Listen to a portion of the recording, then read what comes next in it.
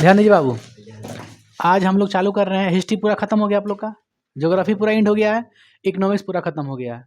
History का कल पूरा निचोड़ बता दिए हैं ऑब्जेक्टिव का, 1 to लेकर के 8 तक ऑब्जेक्टिव पूरा पूछे भी हैं। आप लोग को लगभग ना 80% 70% कह सकते हैं याद भी है आप लोग को। विदाउट ऑप्शन जब आप उतना बता दे रहे हैं तो फिर ऑप्शन मिल जाएगा तो बता दीजिएगा आप लोग, उसमें कोई दिक्कत नहीं है। आप लोग का हिस्ट्री कंप्लीट है पूरा। ज्योग्राफी थोड़ा सा मेहनत कीजिए आप लोग, वो भी हो जाएगा कंप्लीट। इकोनॉमिक्स बहुत कम है, ना के बराबर है, उसमें कुछ ज़्यादा अच्छी नहीं है। अब आज स्टार्ट करते हैं हम लोग सिविक्स। सिविक्स स्टार्ट करते हैं, जिसे और कहते हैं पॉलिटिकल साइंस, है ना बाबू। सिविक्स को ही क्या कहते हैं? पॉलिटिकल साइंस, या फिर नागरिक शास्त्र या राजनीतिक शास्त्र। नागरिक शास्त्र या राजनीतिक शास्त्र इसे कहते हैं। चैप्टर 1 पढ़ने हैं, जिसका नाम है लोकतंत्र में सत्ता की साझेदारी, इसे बोलते हैं सिविक्स, है ना। आपके एसएसटी के किताब में आपके 5 किताब पढ़ना है। एक पढ़ना ज्योग्राफी, एक पढ़ना हिस्ट्री, एक पढ़ना है पॉलिटी, एक पढ़ना इकोनॉमिक्स और एक पढ़ना कुछ ही आपदा का, है ना, डिजास्टर। आपदा के बारे में पढ़ना है आप लोग को, ये 5 चीज़ पढ़ना है। आपदा में कोई खास नहीं है, थोड़े बहुत है। चलिए स्टार्ट करता हूँ। सत्ता की साझेदारी, तो सबसे पहले हम लिखते हैं कि सत्ता की साझेदारी क्या है। पहला क्वेश्चन यही रहेगा आप लोग का, है ना। सत्ता की साझेदारी, ध्यान दीजिए। जब शासन की शक्ति किसी एक संस्था, किसी एक संस्था या एक सरकार, या फिर कह सकते हैं एक स्तर, एक सरकार के हाथों में नहीं होती है, बल्कि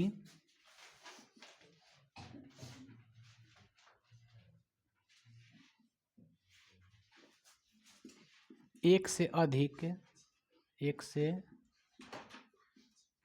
अधिक संस्था या स्तर या समूहों में क्या होती है, बट समूहों के बीच बटी होती है। ठीक है, समूहों के बीच क्या होती है, बटी होती है ना। यहाँ तक कोई दिक्कत है? हमने क्या लिखा कि जो सत्ता होता है, सत्ता का मतलब क्या, शासन, पावर में जिसको जो जिससे कोई से वोट जीत जाता है, इलेक्शन चुनाव लड़ने के बाद जीत जाता है, तो कशी में आ गया, सत्ता में आ गया। समझ गए? तो सत्ता में लिखे हैं सत्ता जो होता है, सत्ता माने जो शासन होता है, वो किसी एक व्यक्ति के हाथों में नहीं होना चाहिए, माने अलग अलग स्तर पर उसको बांट देना चाहिए, उसे बोलते हैं साझेदारी। मतलब जिससे कहने का मतलब है, जैसे घर में कोई कैसे होता है, हम लोग घर का अगर मैनेजमेंट करना है तो कोई एक आदमी हेड बनाता है। छोटा घर होता है, फैमिली कितना बड़ा होता है, ज़्यादा थोड़ा नहीं बड़ा होता है। तो एक ही व्यक्ति उसको संभाल सकता है, उसका पूरा मैनेजमेंट देख सकता है, कोई दिक्कत नहीं है। जो भी पैसा का लेन देन हो, जो भी अर्थशास्त्र से संबंधित कुछ भी चीज़ हो, हैंडल कर सकता है। अब पूरे गांव को अगर एक हैंडल करना है, तो आप देखिएगा कि आपके एक गांव को हैंडल करने के लिए आपके यहाँ वार्ड भी है, पंच भी है, सरपंच भी है। माने उसको शासन प्रक्रिया को चलाने के लिए 3-3 को रखा गया है। पूरे पंचायत में भी बहुत ज़्यादा बढ़ जाएंगे, नहीं होते, एक मुखिया भी हो जाता है, सरपंच, पंच, आपके जिला परिषद होता है कि ना। तो इस तरह से शासन का हुआ है, यहाँ पे बंटवारा हुआ है, साझेदारी हुआ है। तो क्योंकि मान के चलिए कोई अगर अगर जैसे हम लोग का देश है, खाली इसमें प्रधानमंत्री हों, तो आपके गांव तक थोड़ी नहीं आके देख सकते हैं क्या हो रहा है। इसके लिए क्या बना दिया गया है, एमपी बना दिया गया है ना, विधायक बना दिया गया है। उसके नीचे पंचायती चुनाव बना दिया गया है, जिसमें मुखिया बनते हैं। आपके गाँव में भी एकदम नज़दीकी होते हैं, वार्ड हो जाते हैं। वार्ड का हमें गली गुला देखना, क्योंकि सबसे नज़दीक में वही है। वो देगा सुनना किसको देगा, मुखिया देगा, आगे बढ़ाएगा अपना अधिकारी को, अधिकारी देगा विधायक से, जो भी चीज़ हो अपना ये सब होते रहता है। तो लेकिन मुख्य जो होता है, पूरा शासन जो होता है हमारे देश में भी, चाहे जो भी सत्ता के जहाँ पे साझेदारी हुआ है, वो सब देश क्या है, लोकतांत्रिक है। लोकतांत्रिक देश में ही सत्ता की साझेदारी संभव है। समझ गए? लोकतांत्रिक देश में सत्ता की साझेदारी जरूरी है, क्योंकि सत्ता अगर किसी एक व्यक्ति के हाथों में हो जाएगा तो देश क्या हो जाएगा, तानाशाह हो जाएगा, डिक्टेटरशिप हो जाएगा। तो सत्ता क्या होना चाहिए, साझेदारी होना चाहिए, यानी बंटवारा होना चाहिए, सत्ता किसी एक के पास ना। जैसे हम लोग में यहाँ क्या है, देखिएगा, एक विधायिका है कि नहीं है, सरकार के अंग है 3, विधायिका है, कार्यपालिका है, न्यायपालिका है कि ना। तो इस तरह सरकार के अंग है, सरकार के स्तर है, केंद्र सरकार, राज्य सरकार, स्थानीय सरकार, यानी पंचायती सरकार, जो पंचायत सरकार होता है। इस तरह से देखिएगा, हमारी जो पार्टी होता है, अलग अलग पार्टियां हैं, ये थोड़ा ना कोई इंडिविजुअल एक पार्टी है, इंडिविजुअल है थोड़े ना, बहुत सारे हैं, बहु पार्टी हैं, जिससे कि बीजेपी हो गया, कांग्रेस हो गया, आरजेडी हो गया, फलाना, बहुत सारा चीज़ है, पार्टी है। कोई एक पार्टी को अधिकार नहीं है कि आप ही सिर्फ चुनाव लड़िए, कोई भी पार्टी बना सके, लड़ सकता है। यानी हमारे यहाँ क्या, हमारा देश में क्या है, सत्ता का क्या हुआ है, सत्ता का साझेदारी हुआ है, माने सत्ता का बंटवारा हुआ है, तब जाके पूरा देश को संभालना। क्योंकि घर को संभालने के लिए एक काफ़ी है, लेकिन गांव को संभालने के लिए तीन काफ़ी है। अब पूरे देश को संभालना है तो बहुत सारी चीज़ चाहिए, वो देश बड़ा ना हो जाता है आपका।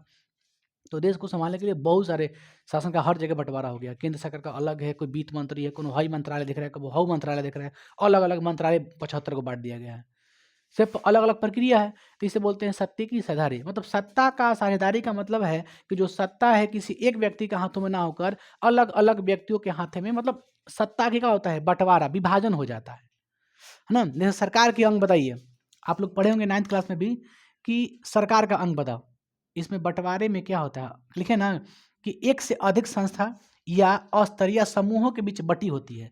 सत्ता की साझेदारी में जो सत्ता शासन होता है, शासन क्या होता है, एक से अधिक या अस्तर या समूहों के बीच बटी होती है, मतलब एक से अधिक हाथों में जाती है, व्यक्तियों के लोग संभालते हैं उसको। तो जैसे सत्ता की साझेदारी में सरकार का अंग, आप बताइए सरकार के कितने अंग हैं।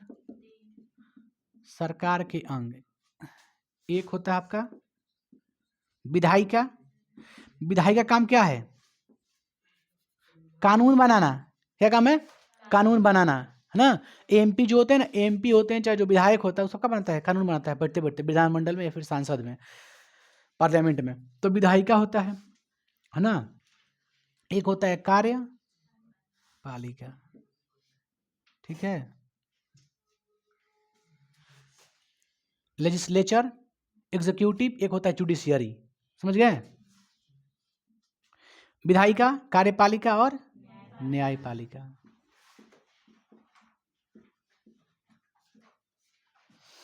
विधायिका क्या करता है, कानून बनाता है, कानून बनाता है, और ये कानून का लागू करता है, कानून को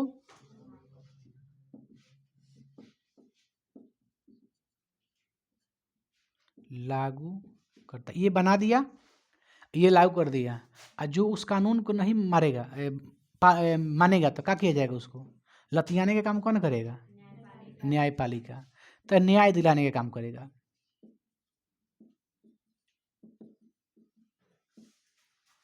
जैसे टीचर का काम क्या है, आप लोग को पढ़ाना काम है, आपको दिमागी प्रेशर नहीं देना है, आप समझे, आपकी मर्जी, आपको जो मन तो पढ़ सकते हैं, हमारा कोई राय नहीं हो सकता, आपकी मर्जी चलता है यहाँ पे, है ना। शिक्षा का मतलब क्या, समावेशी शिक्षा। अगर हम आप लोग को टीचिंग कर रहे हैं, आपको शिक्षण दे रहे हैं, तो आप लोग का मर्जी है कि आप लोग पढ़ रहे हैं, आपकी मर्जी है, आपको मन है यहाँ से जाने का तो जा भी सकते हैं।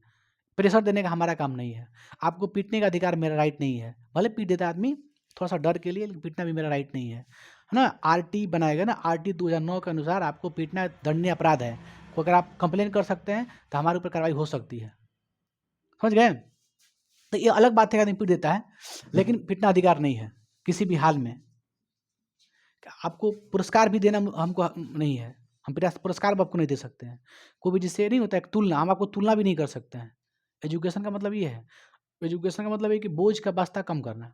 जैसे जो बस्ता का बोझ होता है, जो जैसे बैग होता है, तो बैग में क्या है, किताब खाली भर भर के ले जाना, तो ये आपको कम करना प्रक्रिया। इसमें किताब को कम जोड़ना, आपको वास्तविक जीवन से ज़्यादा जोड़ के पढ़ाना है, आपको वास्तविक जीवन से। जैसे जैसे कुछ हमको एग्जाम्पल दे रहे हैं, तो वास्तविक जीवन से क्या करना है, रिलेट कर देना है, उसके बाद आपको बताना है, ना कि किताबी खाली दुनिया में घुसेले रहे ना। ये एजुकेशन नहीं है, समझ गए। देखिए, तो हमने क्या किया, सरकार के अंग को 3 भागों में बांटा। एक बांटा विधायिका, कार्यपालिका और न्यायपालिका, ठीक है, लेजिस्लेचर, एग्जीक्यूटिव एंड जुडिशियरी, ये 3 चीज हो गया। अब आगे बढ़ते हैं, और बताइए कितने स्तर पे बांटा गया है। सरकार के स्तर, सरकार के स्तर कितने स्तर में बांटा गया है, 3 स्तर। केंद्र सरकार, एक होता आपका केंद्र सरकार जो बजट पास करता है, केंद्र सरकार। एक होता है राज्य सरकार, जैसे मुख्यमंत्री वगैरह, विधायक। और एक होता है स्थानीय सरकार। समझ गए आप लोग? ये हो गया सरकार के स्तर। सरकार के अंग 3 गो हो गया, मतलब बंटवारा हम बता रहे हैं आप लोग को, बंटवारा है सरकार के अंग में भी, और सरकार के स्तर में भी बंटवारा है। केंद्र सरकार है, अलग है ना, वो सेंट्रल लेवल का हो गया, स्टेट लेवल का हो गया, ये आपके गांव मोहल्ला डिस्ट्रिक्ट लेवल का हो गया। समझ गए? तो इसके बाद भी एक और हो सकता है आपका विभिन्न दल। क्या हो सकता है?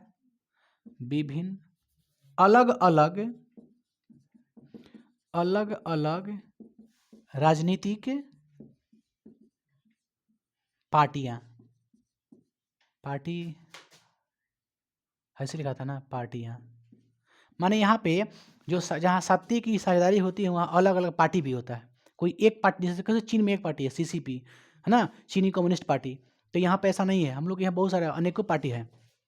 तो यहाँ जहाँ पे सत्ता की साझेदारी होती है वहाँ अलग अलग राजनीतिक पार्टियां भी हो सकती है, होती है। जैसे हम आपको बताते हैं क्या होगा। जैसे एगो बीजेपी है, एगो कांग्रेस है ना, और बताइए, एगो एसपी है, सीपीआई है, सीपीआई माले है, लोजपा है, एलजेपी है ना, चिराग पासवान के, बहुत सारा है पार्टियां। तो हमने देखा कि सत्ता की साझेदारी।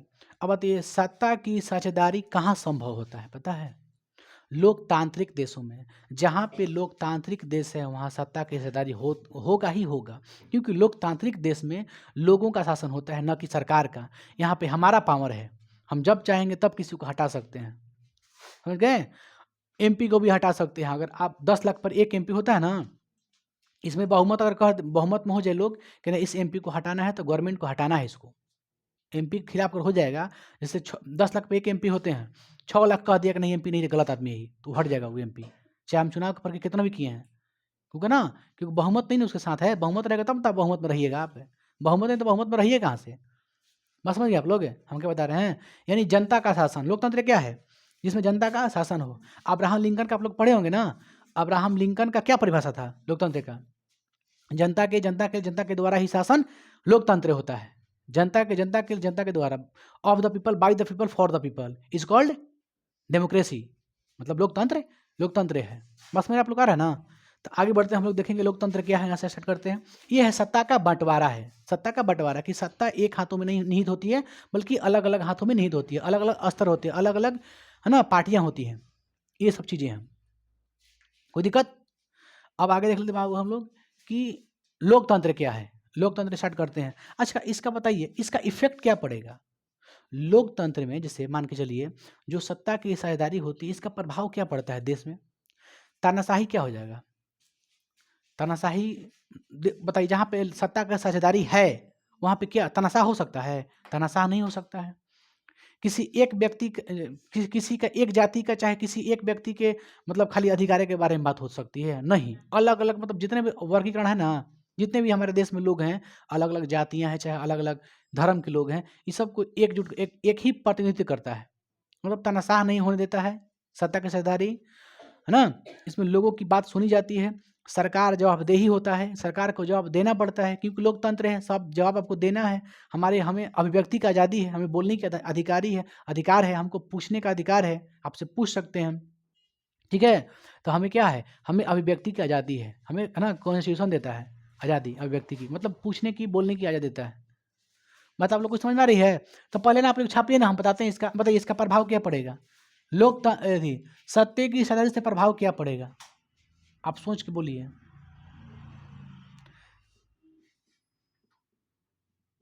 तानाशाही होने से रोकता है।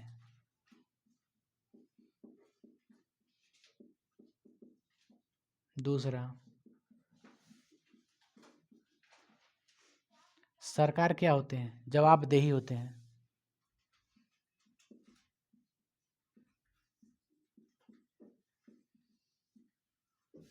और कुछ बताइए। सरकार क्या होता है? तानाशाही होने से रोकता है सत्ताधारी और सरकार जवाबदेही होता है।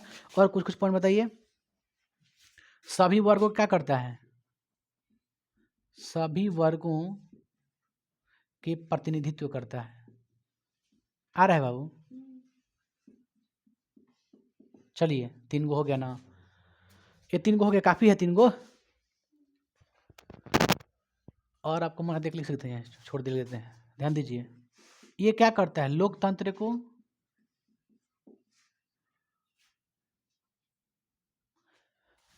देखो इसी में लिख देते हैं, है ना, पैराग्राफ चेंज करके। यह लोकतंत्र को क्या करता है? उसमें जगह नहीं तो इसमें लिख सकते हैं, मजबूत करता है।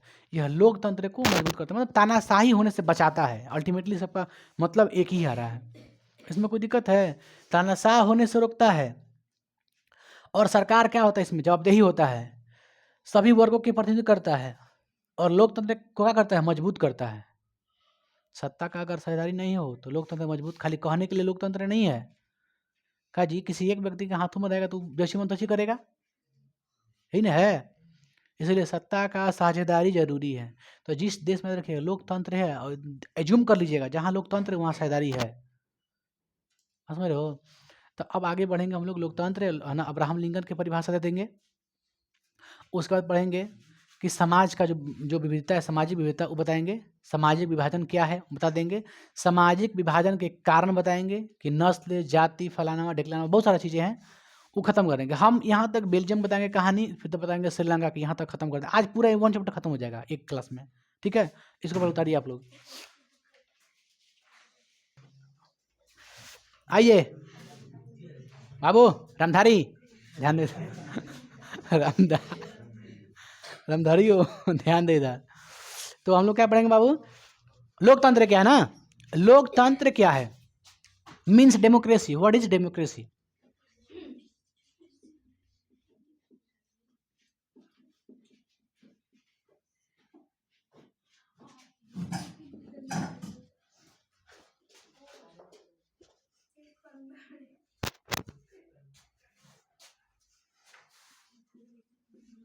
वैसा शासन व्यवस्था, बाबू ध्यान दीजिए, जिसमें संपूर्ण शक्ति जनता के हाथों में होती है। जनता के हाथों में होती है।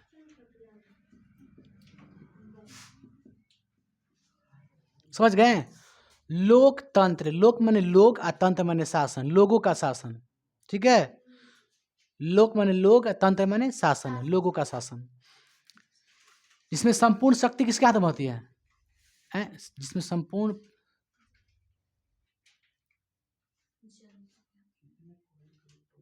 संपूर्ण शक्ति, बाबू अभी उतारिए मत, आप लोग फालतू उतार रहे हैं। कोई भी उतारो वाला काम मत करो, मत उतारो बाबू, देंगे ना समय, स्पीड हाथ चला देना थोड़ा सा, क्या दिक्कत है? लोकतंत्र वैसा शासन प्रणाली या फिर वैसा शासन व्यवस्था जिसमें संपूर्ण शक्ति माने पावर, क्या पावर किसके हाथों में निहित होती है? जनता के हाथों में निहित होती है, उसे कहते हैं लोकतंत्र। अब्राहम लिंकन के अनुसार परिभाषा, ठीक है? अब्राहम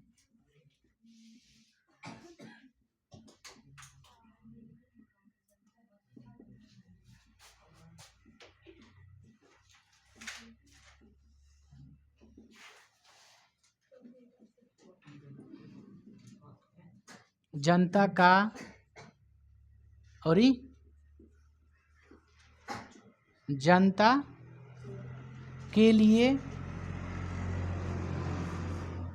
जनता के द्वारा शासन ही क्या कहलाता है? लोकतंत्र कहलाता है। बाबू कुछ बोल रहा है, काहे लिए?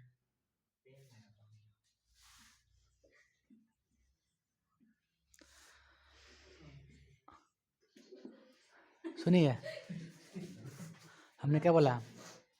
अनेरिया हंसते हो, तू लोग पागल हो। पूछेंगे क्वेश्चन, हार जाता है लड़की से। इससे बेवकूफ़ी की बात क्या है? और उससे तो और बेवकूफ़ी बात ये है कि डर के मारे आ भी नहीं रहा तू लोग, डरपोक कहीं के। अब्राहम लिंकन के अनुसार जनता के लिए जनता के द्वारा शासन ही लोकतंत्र कहलाता है। आगे बढ़े हम लोग। चलिए आगे बढ़ के हम देखते हैं बाबू अब समाज का विभाजन यानी सामाजिक विभाजन। चलिए क्वेश्चन देख लेते हैं।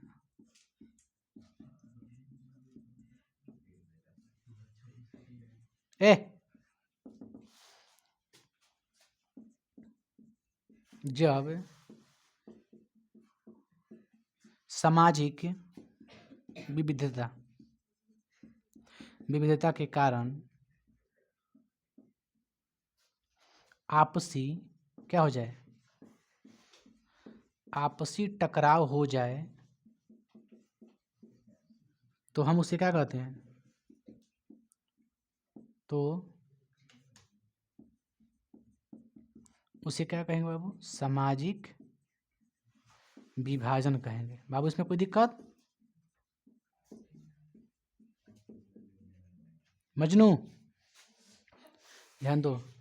सामाजिक विभाजन किसे कहते हैं? जब सामाजिक विविधता के कारण आपसी टकराव हो जाए तो उसे हम क्या कहते हैं? सामाजिक विभाजन कहते हैं।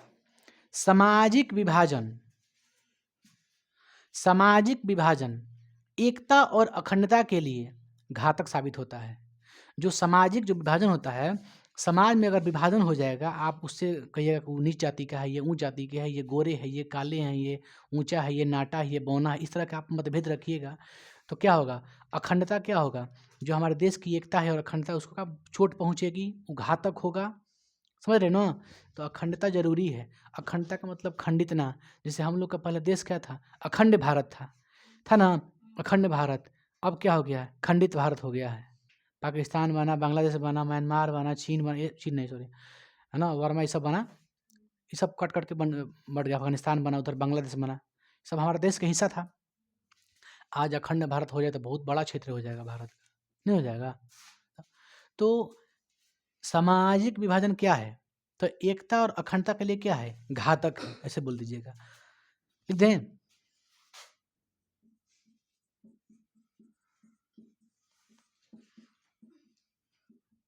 सामाजिक विभाजन एकता, नहीं आ रहा, सवाल नहीं उठ रहा है। विभाजन एकता और अखंडता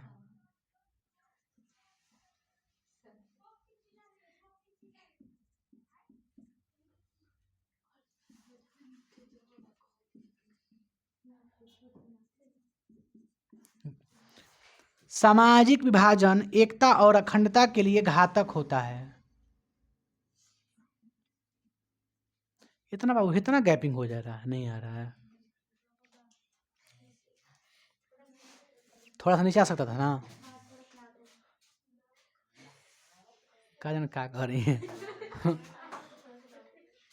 ये क्या कह रही हो लड़की पागल? देखो आगे बढ़ते हैं। सामाजिक विभाजन के कारण, सामाजिक विभाजन के कारण, आखिर बताइए तो आप लोग कि सामाजिक जो विभाजन है, सामाजिक विभाजन, उसका कारण क्या मैया हो सकता है? सामाजिक विभाजन का कारण बताओ। ध्यान से पढ़िएगा तो एक ऑब्जेक्टिव सिंगल क्वेश्चन भी नहीं आपसे नहीं गलत हो सकता है। रीज़न क्या है ना कि जो सोच के पढ़ता है ना, दिमाग लगा के पढ़ता है ना, वो तो थोड़ा बहुत अगर ऑब्जेक्टिव में हेर फेर कर देगा ना तो वो दिमाग लगा देगा ना, हैसे ना तो हैसे ना तो हैसे होके चाहिए, मारा ना ऑप्शन काट काट के मार देगा वो। दूगो में दूगो मतलब दूगो ऑप्शन काट दिया, दूगो बचा, दूगो में भगवान भरोसे मार दे, 50 कोई ना कोई सही हो ही जाएगा। नहीं भी हो सकता है, कन्फर्म है तो काट काट के मार देना चाहिए ऑप्शन। ऑप्शन काटने के लिए सीखिए आप लोग। जो कंफर्म मारो उसको मार दो, और जो नहीं मारो उस पर काटना ऑप्शन के है तो कभी नहीं हो सकता, ये तो कभी नहीं हो सकता है। ये होगा मारो निकलो मार के। क्या एक दो ऑप्शन काट देने से क्या होता है कि ऑप्शन कम हो जाता है, और कम होने से आदमी डिसाइड कुछ कुछ कर लेता है, कुछ तो चांस हो जाएगा ना ज़्यादा। आप 4 को में तार जितना सोचे के पड़ेगा उतना 3 में सोचना नहीं पड़ेगा, 2 में सोचना नहीं पड़ेगा उतना। क्या समझे? तो सामाजिक विभाजन का कारण क्या हो सकता है? पहला जन्म। क्या? जन्म। जन्म में क्या हो सकता है बताइए? या तो फिर जाति पे हो सकता है भेदभाव, भाषा, धर्म, समुदाय, ये सब के चलते क्या होता है, सामाजिक विभाजन। तू कह रहा है कि हम भोजपुरी बोलेंगे, वो कह रहा है कि हम हिंदी बोलेंगे, तो सामाजिक क्या हो गया, अंतर है ना।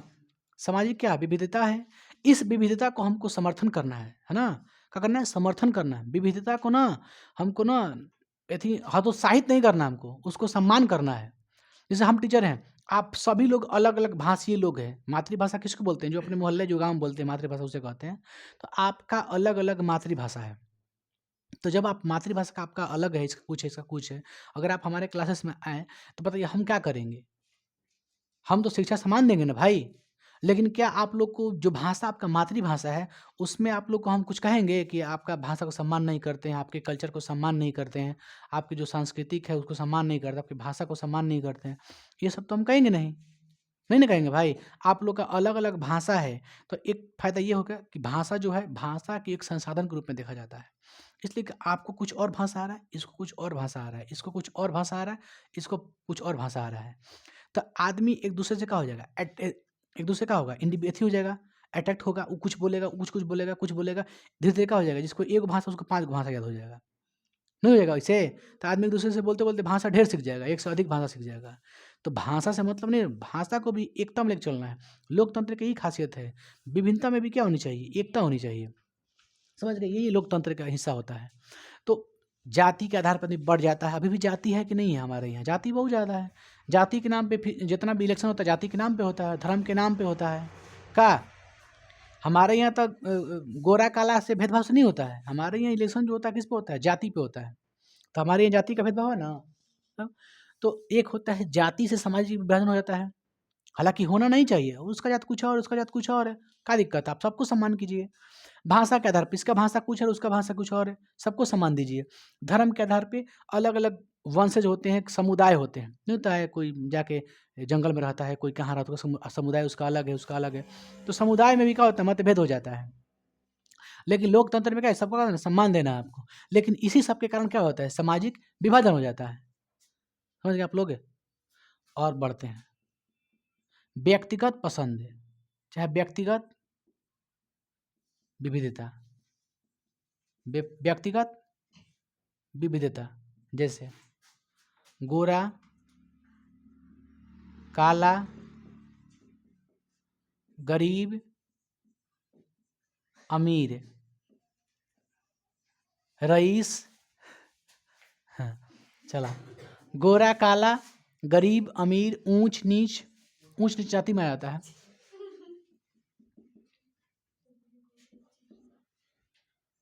व्यक्तिगत विविधता, काला गोरा का भेदभाव होता है कि नहीं होता है, तब काला गोरा मैं जरा हूँ, हमरा पता करा गुस्सा के। व्यक्तिगत पसंद, व्यक्तिगत पसंद से भी हो जाता है। जैसे कोई मुस्लिम है, कोई मुसलमान है, तो क्या बन गया, उसका मन है हिंदू बनने का, बन गया, तो इससे क्या दिक्कत है। अगर हमको मन है भाई, हम इंडिविजुअल हैं, हमको मन है कि हम हिंदू धर्म को मानेंगे, तो आपको क्यों परेशानी होगी, नहीं होना चाहिए। लेकिन आपको परेशानी होगी तो वही क्या हो गया, सामाजिक विभाजन। अरे हमारा मन है, हम हम पंथ निरपेक्ष देश में रहते हैं, समझ गए ना, धर्म निरपेक्ष देश में रहते हैं। इसका मतलब क्या है कि हम किसी भी धर्म को मान सकते हैं, सम्मान दे सकते हैं, हम मान भी सकते हैं, हमारी मर्जी। तो इसी के लेकर कोई क्या करता है, मतभेद कर लेता है, वही क्या है, सामाजिक विभाजन। मतभेद करना नहीं है आपको, हम बता रहे हैं कि कर लेता है, उसे कहते हैं कुछ सामाजिक विभाजन।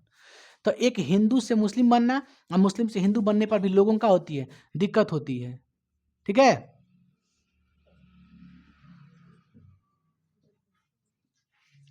हिंदू से मुसलमान, मुसलमान से हिंदू, इस समय लोग में क्या होती है, विभाजन का कारण बन जाता है। कोई दिक्कत इसमें आप लोग को। आगे बढ़े हम लोग, आगे बढ़े। अब देखते हैं सामाजिक विभाजन, क्या पढ़ेंगे,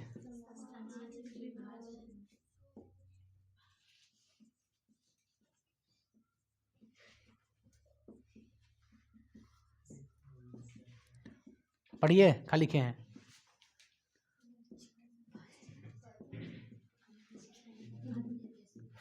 क्या लिखे हैं। सामाजिक विभाजन का प्रभाव अन्य देशों पर, ठीक है, अन्य देश में एक और सामाजिक देखो कौन कौन था आप लोगों को ऐसे सूरज मालूम है कि अमेरिका में भी क्या है सामाजिक विभाजन है गोरा और काला का है ना। तो अमेरिका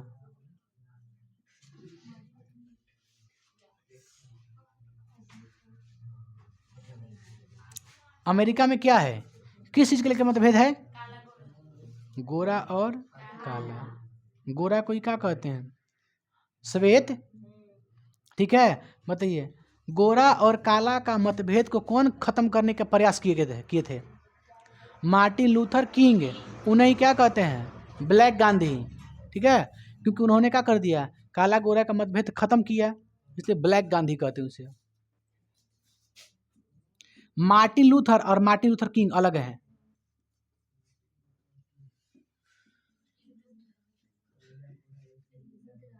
लूथर ना रहे लूथर हाँ। मार्टिन लूथर किंग ने रंगभेद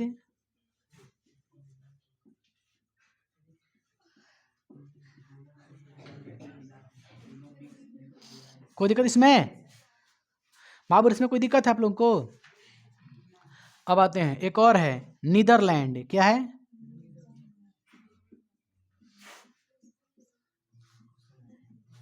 इसमें क्या है ईसाइयों के बीच मतभेद है कैथोलिक और प्रोटेस्टेंट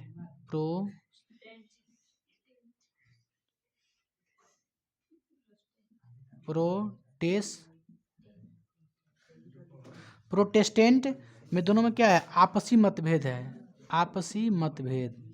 वो कहता है कैथोलिक अच्छा है वो कहता है कि मत ना ना ना ना ना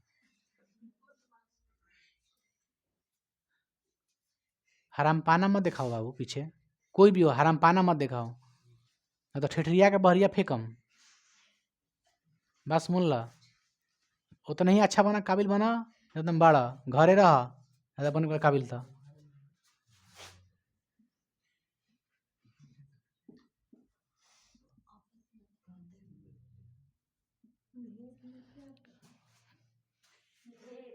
भेद नहीं आ रहा है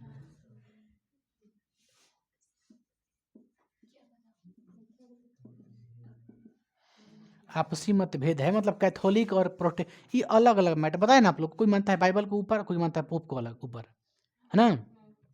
भाई बताए ना आप लोग को कभी सुने आप लोग पढ़ाए थे आप लोग को प्रोटेस्टेंट और कैथोलिक के बारे में कभी बताए हैं।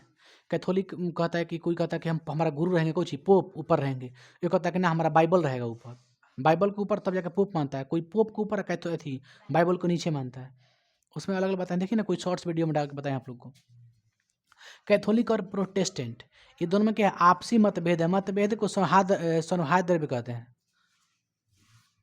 छोड़ दीजिए सौहार्द नहीं बोलते हैं हाँ अरे अलग अलग यार सुनिए आगे बढ़ते हैं। अब आते हैं बाबू कहाँ श्रीलंका में आते हैं कहाँ आते हैं सबसे पहले निकलते हैं बाबू हम लोग ब्राजील में कहाँ निकलते हैं भाई कि पहले देख लें श्रीलंका में नहीं ठीक कह रहे बाबू अगर लिखेंगे दो दो तीन भाषा तो नहीं आएगा। देखिए हम आ जाते हैं ब्राजील में भाषा को लेकर दिक्कत था जर्मन फ्रेंच डच ये तीन भाषा है भाषा के लेकर का सामाजिक विभाजन था। और श्रीलंका में किस चीज़ का है तमिल और सिंहली भाषा बोला जाता है तमिल और सिंहली भाषा होता है सिंहली तमिल और सिंहली भाषा में क्या है मतभेद है श्रीलंका में मतलब ये भी भाषा पे है और ब्राजील में भी क्या है भाषा पे है। एक पढ़ेंगे बेल्जियम समझ गए बेल्जियम वही है ब्राजील से किससे ब्राजील तो बेल्जियम भी है ना बेल्जियम में भी यही भाषा के लेकर के है डच फ्रेंच जर्मन ये तीन चीज़। तब इन दो चीज़ लिख लेते हैं कौन कौन नहीं आएगा ना बाबू काम करें यार बड़ा जल्दी जल्दी फूल हो जा रहा है। इसको उतारो आप लोग पहले तो भाई मेरे उतारिए इसको उतारिए कम स्पीड थोड़ा सा उतारो तो बाबू लेट मत करिए आप लोग ध्यान दीजिए बाबू हम क्या पढ़ते थे कि सामाजिक विभाजन से जो प्रभाव पड़ता है देशों पर हम देश के नाम बता रहे थे अमेरिका बता दिए नीदरलैंड बता दिए अब आप लोग का रह गया ब्राज़ील और बेल्जियम दोनों रह गया। देखो तीसरा ना हम बेल्जियम ले लेते हैं बाबू रे ध्यान दीजिए हम ब्राज़ील नहीं लेंगे बेल्जियम में क्या था? ए खुलबुला मत। बेल्जियम में सुनिए ध्यान से, जो बेल्जियम में जो सामाजिक विभाजन था वो भी भाषा के आधार पे था, है ना? क्या क्या था? तो फ्रेंच भाषा क्या था? फ्रेंच। और क्या था? डच। और क्या था? जर्मन भाषा। फ्रेंच भाषा, डच भाषा और जर्मन भाषा, ठीक है। तीनों में आपसी क्या था? है दो में क्या था? मतभेद था, मतलब भाषा के लेके मतभेद।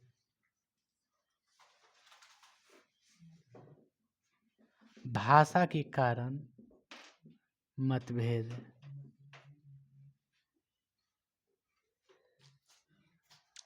समझ गए?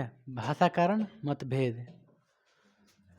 कच्छी पूछता है, मतभेद पूछ रहा है, बताएं। जैसे आगे कैसे कोई पढ़ रहा है, इसे शांति से पढ़ रहा है ना, और कैसे कोई पीछे से खुलबुला रहा है, तो दोनों में अंतर है ना। ये शांत होकर पढ़ाई कर रहा है और तो उसमें कुछ अलग अथी है, तो आपसे ये गुस्सा होगा, आपको इससे दिक्कत होगा क्योंकि ये पढ़ रहा है, इससे आपको आप लोग से इसको दिक्कत होगी क्योंकि आप डिस्टर्ब इसको कर रहे हैं। तो ये क्या है? आपसी क्या है? मतभेद है। इसी मतभेद कारण आप में क्या हो जाएगा? दुश्मनी। आप उसको मारिएगा, आप इसको मारिएगा। समझ गए? यही क्या है? विभाजन है। आई बात समझ में? देखिए, तो भाषा के कारण कहाँ पे विवाद था? विवाद था फ्रेंच, डच, जर्मन भाषा के लेकर के बेल्जियम में था। बेल्जियम की राजधानी कहाँ है? ब्रुसेल्स। कहाँ है? ब्रुसेल्स। आप लोग को 9th क्लास में पढ़ाए होंगे, वर्षा किसका था? पोलैंड का था। पोलैंड की राजधानी कहाँ है? वर्षा, है ना? बताए, आप लोग भी बताए हैं। पोलैंड की राजधानी वर्षा। अब पुर्तगाल की राजधानी लिस्बन। देख लो, क्या याद है? समझदार है। लिस्बन, ठीक कह रहा है, लिस्बन है, हकीकत बोल रहा है। पुर्तगाल के ही है। रोनाल्डो नाम सुना है ना? फुटबॉलर रोनाल्डो उजे के है, फुटबॉलर है, बहुत खतरनाक है। देखिए, आइए छोड़िए ना बाबू, हम बात करते सुन ध्यान से ना। हम जो बोले सुन, कहाँ के है रोनाल्डो? पुर्तगाल के है। वहाँ पे कोई जाति नहीं होता है, धर्म चलता है, ईसाई, जाति नहीं है। तो French, Dutch, German, French, Dutch, German, ये भाषा के आधार पे क्या था? मतभेद था, विवाद था। चलिए, एक और बता दिए, चौथा देश जिसका नाम है श्रीलंका।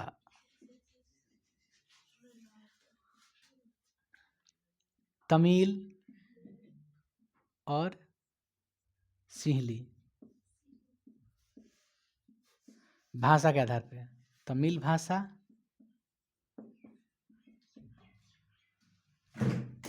कोई दिख है? ये मत लिखो।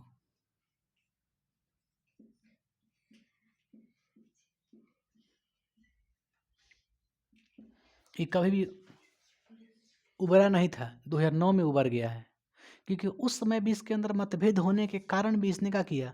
सत्ता का साझेदारी का प्रयोग नहीं किया। इसने सत्ता का साझेदारी को फॉलो नहीं किया। जो सत्ता के साझेदारी का फॉलो कर लेगा, उसका देश आगे निकल जाएगा। समझ गए? जो नहीं रहेगा तो अपने में गृह युद्ध हो जाएगा स्टार्ट, नहीं हो जाएगा? यहाँ पे गृह युद्ध हो गया था स्टार्ट, 2009 में ख़त्म हुआ था।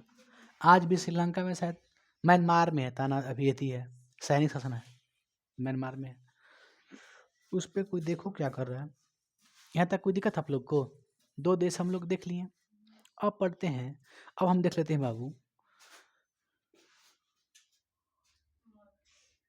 कहो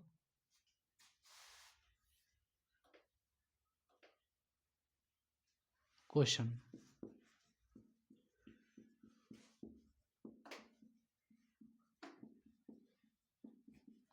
लैंगिक विभाजन लिंग के आधार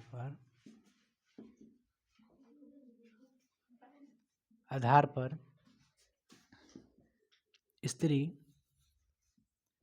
स्त्री एवं पुरुषों के बीच जैविक अंतर को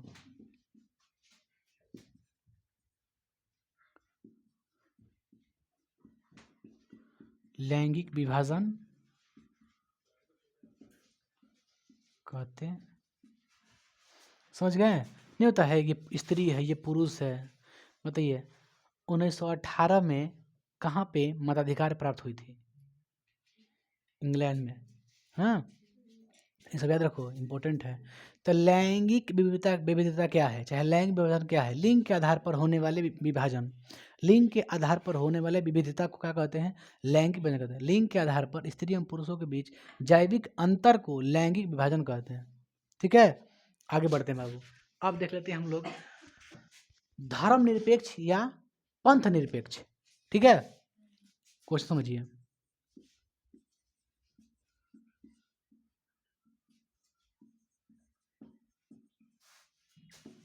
या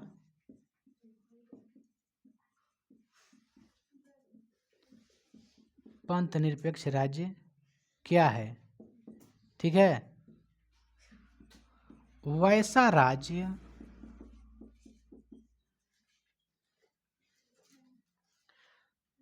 जहां जो किसी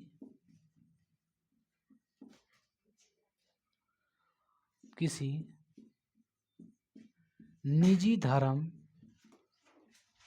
जो किसी, चाहे जिसका कोई अपना निजी धर्म नहीं हो, जिसका कोई अपना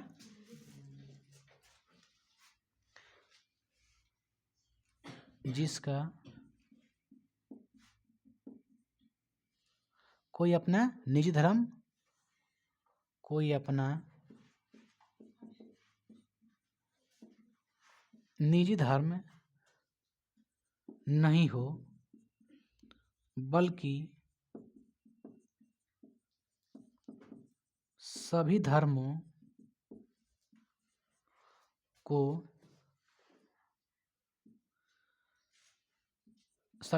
को एक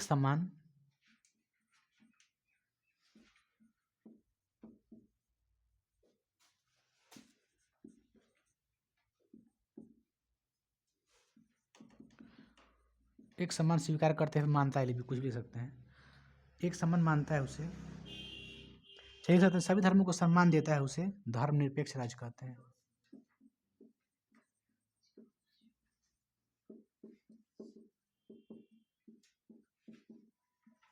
समय कोई दिक्कत इसमें? क्या करता है? सभी धर्मों को एक समान मानता है, चाहे सभी धर्मों को एक समान अधिकार देता है, उसे क्या कहते हैं?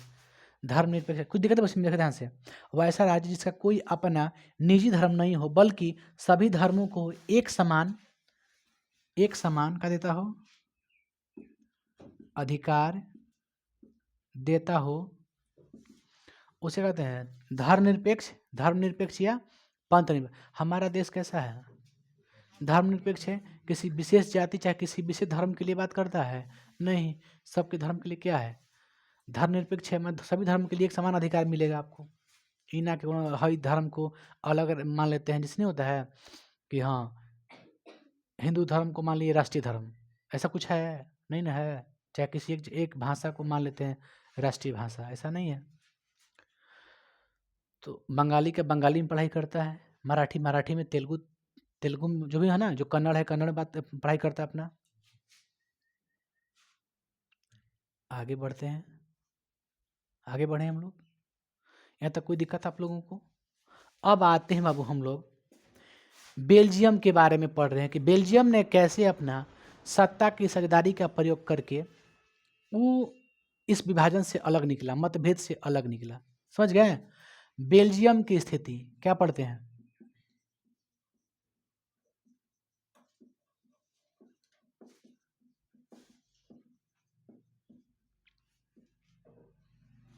ध्यान दीजिए, बताइए इसकी राजधानी कहाँ है? राजधानी ब्रुसेल्स। आबादी कितना है? आबादी यार हई हैसे का हो जा रहा है बार बार। आबादी कितना है मेरे भाई? 1 करोड़। कितना? हरियाणा के समान। किसके समान? हमारा जो राज्य है एक हरियाणा है, जितना हरियाणा में पॉपुलेशन है ना, उतना ही पॉपुलेशन कहाँ है? बेल्जियम में है। हरियाणा के समान। कोई दिक्कत इसमें? 1 करोड़ है, कितना है? 1 करोड़ है। यह कहाँ, यह किस महादेश के अंतर्गत आता है? यह यूरोप महादेश के अंतर्गत आता है। इसमें कहीं कोई दिक्कत? बेल्जियम की राजधानी ब्रुसेल्स, ठीक है। आबादी 1 करोड़ लगभग, हरियाणा के समान है ये, तो एग्जाम में पूछेगा आपसे। बेल्जियम भारत के किस राज्य से तुलना करती है? Haryana, Haryana, Haryana, Haryana, very very important, इस बात का रखिएगा, है ना। यह यूरोप महाद्वीप के अंतर्गत आता है। इसकी आबादी कितनी है? 1 करोड़। यहाँ की जातीय बनावट, क्या देखेंगे? जातीय बनावट।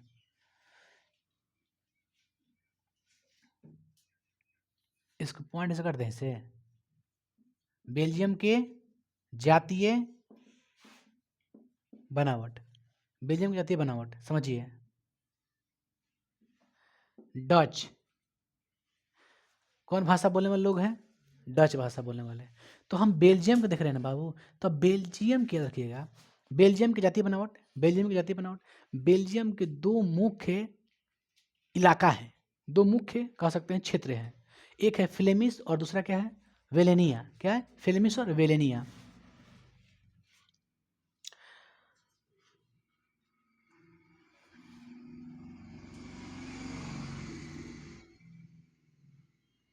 दो इलाका, ये यहाँ पर 2 इलाका है। कौन कौन? एक है फ्लेमिश, ये उत्तरी हिस्सा है भारत थी, बेल्जियम के उत्तरी हिस्सा कौन है? फ्लेमिश। एक है वेलेनिया। 2 हिस्सा हो गया ना। हम जातीय बनावट देख रहे हैं, वहाँ पे 2 क्षेत्र है, 2 इलाका है। एक है फ्लेमिश, ये कहाँ पड़ता है? उत्तरी, उत्तर में। और ये कौन हिस्सा है?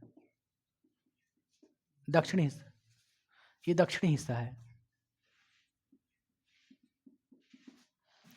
देखिए, बेल्जियम के 2 मुख्य क्षेत्र, एक थे फ्लेमिश और दूसरा क्या था? वेलेनिया। क्या था?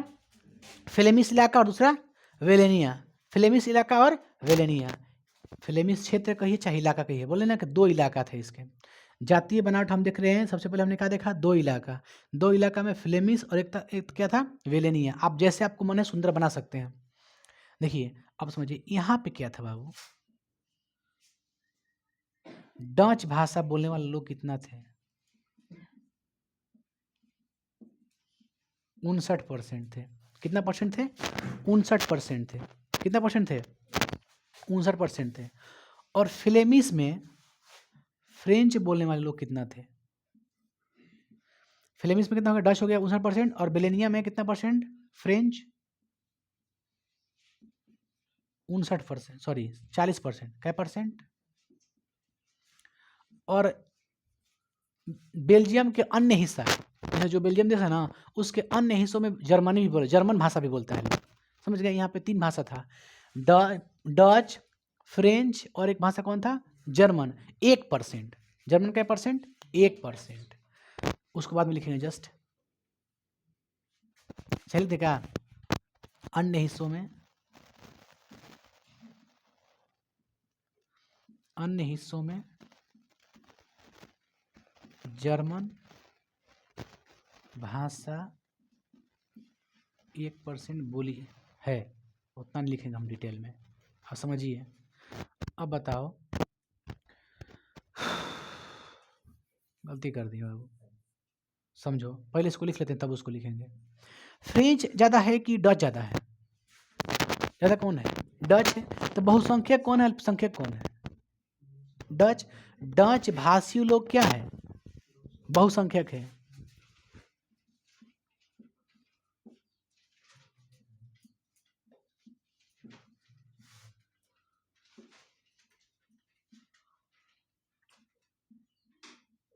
और ये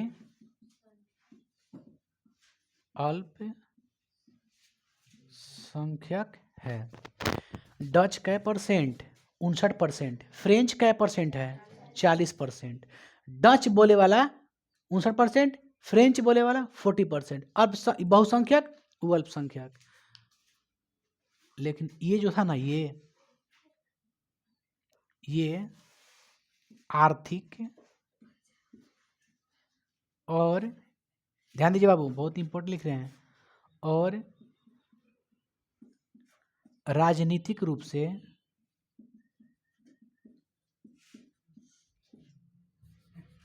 काफी क्या था, शक्ति नहीं आ रहा है, शक्तिशाली,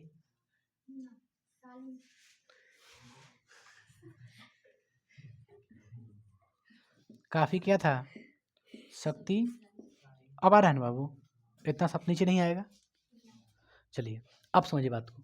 फ्लेमिश ज़्यादा थे लेकिन ये कम थे।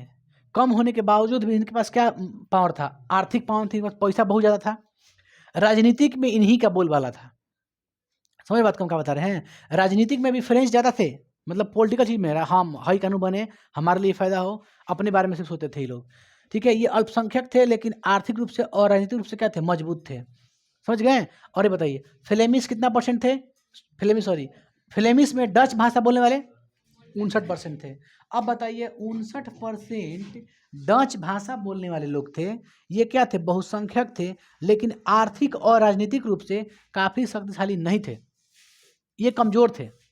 कमज़ोर होने के साथ साथ अब दिक्कत क्या होती है इसमें, मसला क्या खड़ा होता है, समस्या क्या उत्पन्न होती है, इन लोगों के बीच में उत्पन्न हो जाती है। डच भाषी लोग सोचते हैं कि ये लोग सब चीज़ में आगे है। मतलब कहने का मतलब है कि जो बोलने वाले लोग हैं, डच भाषा बोलने लोग हैं, उनमें क्या है, असंतोष बढ़ गई, असंतोष की भावना बढ़ गई कि ये लोग को सब कुछ हो रहा है, हमारा कौम इतना है, हम लोग का कुछ नहीं हो रहा है। तो यही क्या विभाजन का हिस्सा है, ये मतभेद थे। लेकिन मतभेद होने के साथ साथ वहाँ की जो सरकारें थी उसने सत्ता के साझेदारी को अपनाया, सत्ता के साझेदारी को अपनाया। अपनाने के साथ ठीक है 50 से लेकर 70 से लेकर 69 से लेकर 93 तक, 70 से लेकर 93 तक कम से कम यहाँ के जो संविधान था, संविधान में 4 बार संशोधन किया। 4 बार संशोधन करने के बाद सरकार में मंत्रियों की संख्या दोनों का समान रहेगा, सामुदायिक सरकार बनाई गई, सब लिख देंगे बाद में, ठीक है, पहले जितना लिखो तो समझाते हैं आपको। देखिए बेल्जियम की स्थिति क्या थी, तो राजधानी कहाँ था, ब्रुसेल्स। आबादी कितनी थी, 1 करोड़, हरियाणा के समान। यह यूरोप महादेश के छोटा सा क्या है, देश है। ठीक है, जातीय बनावट क्या थी, यहाँ पे 2 इलाका था, फ्लेमिश और बेलेनिया। फ्लेमिश में कितना परसेंट डच बोलते थे, 59%, और बेलेनिया में कितना परसेंट फ्रेंच बोलते थे, 40%। ठीक है, अब आइए, अब बताओ कि बेलेनिया में कितना, 40%। अन्य जगह पर मतलब बेल्जियम के अन्य हिस्सों में 1% क्या बोला जाता है, जर्मन। तो उसको अलग से लिख देंगे ना, क्योंकि विवाद इन दोनों में था, विवाद उसमें नहीं था। अब आते हैं, इसकी राजधानी कहाँ है, ब्रुसेल्स है। यहाँ पे 80% थे कोची, फ्रेंच, और 20% क्या थे, डच। कहाँ पे, ब्रुसेल्स में। ये यहाँ तक खत्म हो गए थे, नहीं इसके बाद लेते हैं हम।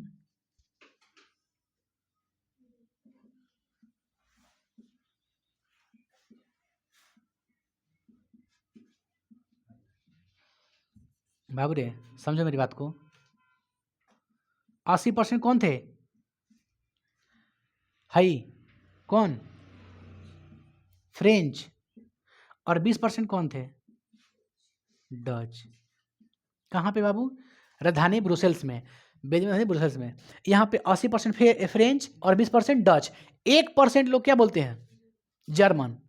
तो यहाँ पे हम नोट में लिख देते हैं, लिख दें बाबू, लिख दें नोट में,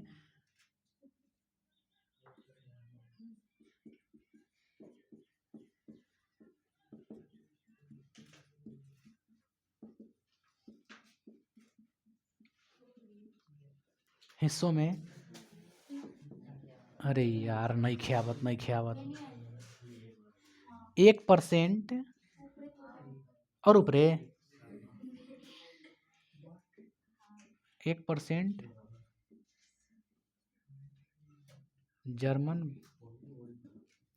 भाषी लोग है, ऐसे लिखा गया। देखो बेल्जियम के अन्य हिस्सों में है ना, है, चलो समझो, है यहाँ तक। नोट में लिखिएगा, बेल्जियम के अन्य हिस्सों में 1% जर्मन भाषी लोग हैं। ठीक, कोई दिक्कत, समस्या। इसके बाद क्या लिखेंगे, समस्या लिखेंगे, इसके बाद इसका परिणाम लिखेंगे। बस ये खत्म हो गया, श्रीलंका पढ़ा के छोड़ देंगे, खत्म पूरा चैप्टर। श्रीलंका पढ़ा के खत्म हो जाएगा पूरा चैप्टर, एंड कहते खत्म कर देंगे, धुआं धुआं हो जाएगा यार। खाली तुम लोग फास्ट उतारे में खाना लगाओ ना, खाली उतारिए आप लोग। ध्यान दीजिए बाबू, यहाँ तक कोई दिक्कत आप लोग उतार लिए ना, कंप्लीट है। अब उतार लिए ठहर के इसको, समझ गए ना। हम पूरा पहले ख़त्म कर लेते उसके बाद उतारते रहिएगा आप लोग, समझिए। तो हमने क्या देखा मेरे भाई, आप लोग याद कीजिए, बेल्जियम की राजधानी ब्रुसेल्स, इसकी क्या थी आबादी 1 करोड़, किसके समान, हरियाणा के समान। यहाँ के 2 मुख्य इलाका फ्लेमिश और बेलेनिया। फ्लेमिश में डच भाषा ज़्यादा लोग बोलते हैं 59%, फ्रेंच भाषा कितना परसेंट 40%, बचा 1%, वो कौन थे, जर्मन भाषी लोग थे। और जो 59% था कौन थे, डच भाषी लोग थे। उन्होंने क्या कहा उन्होंने कहा कि जो फ्रेंच भाषी लोग हैं उनको आर्थिक और राजनीतिक रूप से क्या स्ट्रांग है, उनके पास शक्तिशाली है, इसलिए इनके बीच में क्या हुआ, असंतोष की भावना जगी। अब आइए समस्या बताओ, खुद से बताइए आप लोग, समस्या क्या समस्या था यहाँ, समस्या बताना है आप लोग को, समस्या बताना है आप लोग। पहला बताइए समस्या, डच लोग क्या थे, बहुसंख्यक थे। डच क्या थे, बहुसंख्यक। डच बहुसंख्यक थे। ध्यान दीजिए बाबू, डच क्या थे, बहुसंख्यक थे। सेकेंड, ध्यान दीजिए बाबू, फ्रेंच क्या थे, फ्रेंच अल्पसंख्यक के साथ साथ राजनीतिक और आर्थिक रूप से क्या थे, शक्तिशाली थे। फ्रेंच क्या थे, फ्रेंच अल्पसंख्यक थे, ध्यान दीजिए, अल्पसंख्यक थे। और साथ साथ उसके साथ साथ क्या थे, आर्थिक है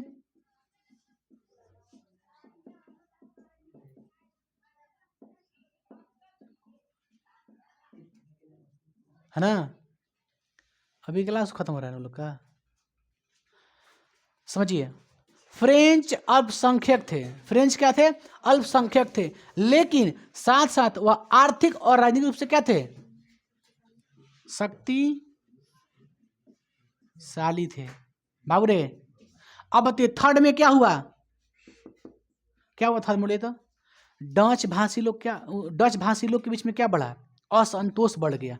इससे देश में क्या होने की शंका होने लगी, विभाजन होने की शंका होने लगी। समझिए, डच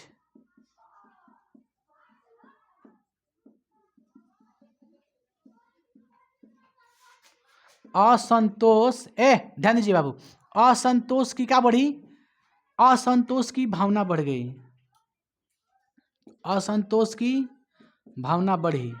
आप बताइए, असंतोष की जब भावना बढ़ी तो अब बताइए देश में क्या होने की संभावना होने लगी, विभाजन होने की संभावना होने लगी। तो अब बताइए विभाजन कैसे हुई, तो डच लोग विद्रोह कर दिए कि हमको भी अधिकार मिलना चाहिए, ठीक है, हर चीज़ का अधिकार के बारे में बात करने लगे। तो वहाँ से सरकार घबरा गया कि ये क्या मांग कर दिया, ठीक है। तो इन लोगों ने विद्रोह कब किया, 1940 से लेकर 50 के बीच विद्रोह किया था। डेट आपसे एग्जाम में नहीं पूछेगा, समझिए बात को, डेट आपसे एग्जाम में नहीं पूछेगा। तो एक बात है दीजिए, विद्रोह डच भाषा लोग करेगा कि फ्रेंच करेगा, आप बताओ, फ्रेंच करेगा विद्रोह कि डच, डच करेगा। भले ज़्यादा है तो ज़्यादा है तभी यही करेगा, सॉरी ज़्यादा कौन है, डच है, यही विद्रोह करेगा। ज़्यादा होने के साथ इसके पास पावर नहीं है, शक्ति का बंटवारा नहीं है इसके पास। अब बताओ विद्रोह कौन कर दिया, विद्रोह कौन किया, डच भाषी लोग, मतलब डच भाषा बोलने वाले लोग, ठीक है। कब किए, 1940 से 50 के अंतर्गत। आपसे डेट नहीं पूछेगा, हम बता दिए बस। 1940 से 50 के बीच डच जो भाषा बोलने वाले लोग हैं उनका मानना था कि हमें राइट क्या चाहिए, इक्वल चाहिए, हमको बराबर अधिकार, बराबर नौकरी, ये सब चाहिए हम लोग को, है ना। मंत्रिमंडल में संख्या हमको भी चाहिए, समझ गए। तो अब बताइए, अब देखते हैं बाबू, ठीक है, अब देखते हैं समाधान क्या हुआ, है ना बाबू, क्या देखते हैं समाधान, यानी परिणाम क्या हुआ। समाधान चाहे परिणाम, समझिए मेरी बातों को, परिणाम क्या होता, ध्यान दीजिए। 1970 से 1993 के बीच पहला, परिणाम में क्या लिख रहे हैं, पहला 69 से 93 के बीच बेल्जियम संविधान को 4 बार क्या किया गया, संशोधन मतलब बदलाव,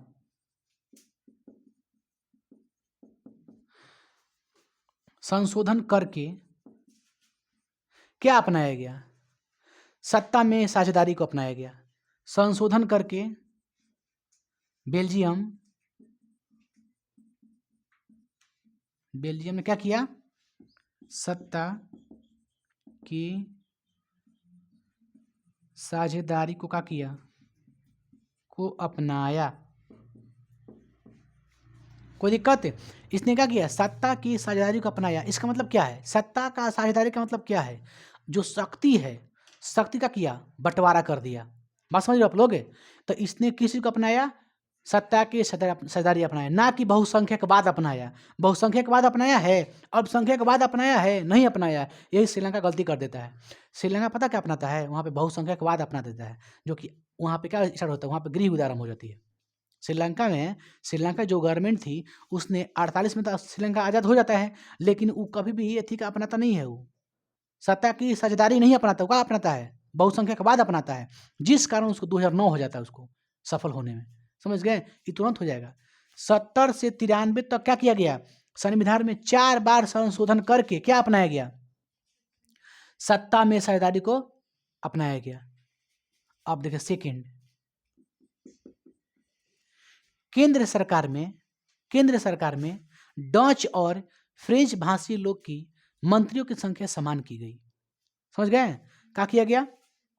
केंद्र में डच और फ्रेंच भाषी लोग के मंत्रियों की संख्या क्या किया गया? समान किया गया।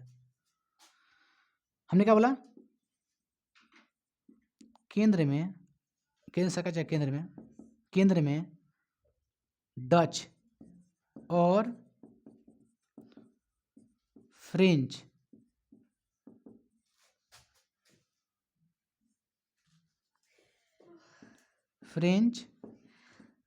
मंत्रियों की संख्या का किया गया?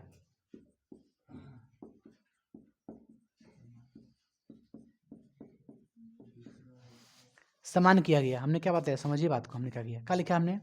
केंद्र में डच और फ्रेंच मंत्रियों की संख्या का किया गया? समान किया गया। पहला पॉइंट। 2 पॉइंट हो गया ना? थर्ड पॉइंट लिख देगा यहीं पे। कुछ शक्तियां जो केंद्र सरकार से हटा के राज्य सरकार को दी गई। यहां से क्या हुआ?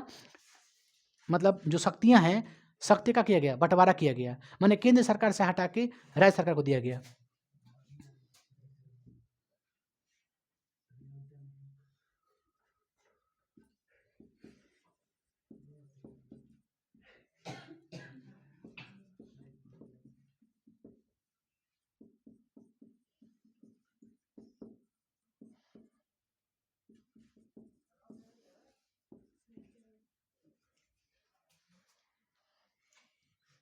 राज्य सरकार को भी दिया गया। ठीक है? और क्या अपनाया गया? तो सामुदायिक सरकार को अपनाया गया। समुदाय समझ रहे हैं आप? हिंदी बोलने वाले भाषा के लोग हैं तो आप समुदाय आपका हो गया। कोई डच बोल रहा है उसका समुदाय, किसी का कल्चर अलग है उसका वो समुदाय हो गया।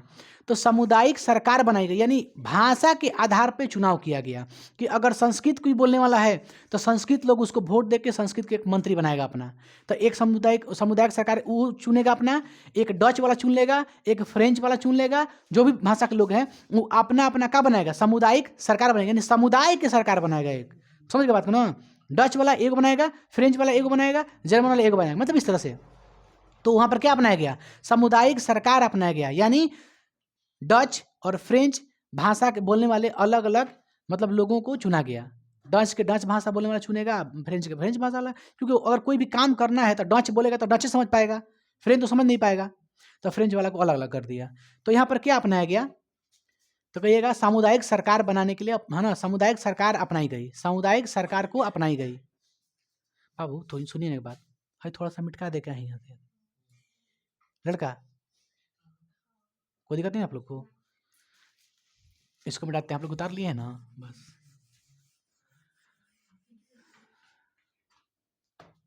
और बताइए बाबू हमको कहाँ अपनाई गई?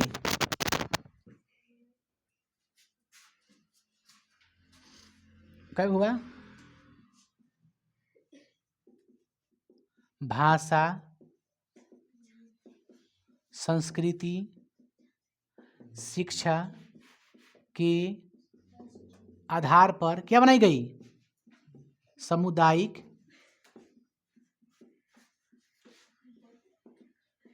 सरकार बनाई गई। आप लोग को समझ में आ रहा है हम क्या लिखे हैं? देखिए, आपको कोई भी प्रॉब्लम होगा तो आप पहले इन्फॉर्म कीजिएगा। बाबू ध्यान दीजिएगा आप। नहीं, बात नहीं समझिए आप हम क्या बता रहे हैं। बात समझिए आप लोग क्या बोल रहे हैं ना। जो भी आपको तुरंत बोलिएगा, क्योंकि लिमिट क्रॉस कर रहा है। आपका भी लिमिट क्रॉस करके तुरंत है। भाषा पहले बोल दीजिएगा, है ना, डिस्टर्ब मत कीजिए किसी को। क्लास डिस्टर्ब पूरा होता है आपके चलते। भाषा, संस्कृति और education, language, culture and education, तीनों के स्तर पे क्या बनाया गया? सामुदायिक सरकार बनाई गई। भाषा, संस्कृति, शिक्षा के आधार पर सामुदायिक सरकार बनाई गई। बात समझ गए? मान लो हमारा भाषा फ्रेंच है तो हम फ्रेंच एजुकेशन देंगे, तो हम फ्रेंच जैसा चुनेंगे ना आदमी को, बोलने वाले को, पढ़ने वाले को, ताकि फ्रेंच बोल सके, एजुकेशन दे सके, उसका कल्चर भी वही हो। नहीं समझे आप लोग? तो अपने अपने भाषा के लोग को चुनना है। सामुदायिक सरकार मतलब समुदाय का सरकार, इस सब का सरकार नहीं, समुदाय का सरकार। हालांकि तीनों का समान अधिकार तो समान मिलेगा। जैसे आपकी भाषा अलग है, समान तो अधिकार मिलेगा। जितना फ्रेंच को मिले उतना डच को मिलेगा। डच वाला कुछ को चुनेगा, डच भाषा बोलने वाले को चुनेगा, फ्रेंच वाला फ्रेंच भाषा बोलने वाले लोग को चुनेगा, लेकिन दोनों को समान अधिकार मिलेगा। समझेगा कौन? जिसका भाषा है। समझ रहे आप लोग ना? यहाँ तक कोई दिक्कत?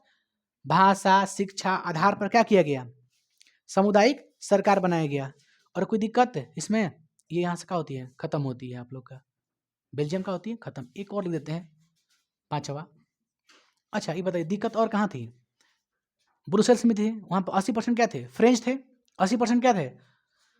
फ्रेंच थे। 20% क्या थे? डच थे। तो वहाँ पर भी क्या किया गया? बराबर का अधिकार दिया गया।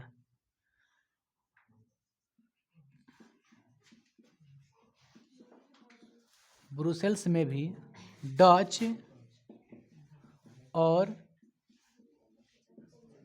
फ्रेंच भाषा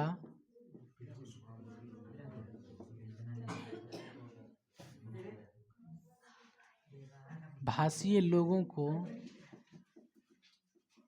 समान अधिकार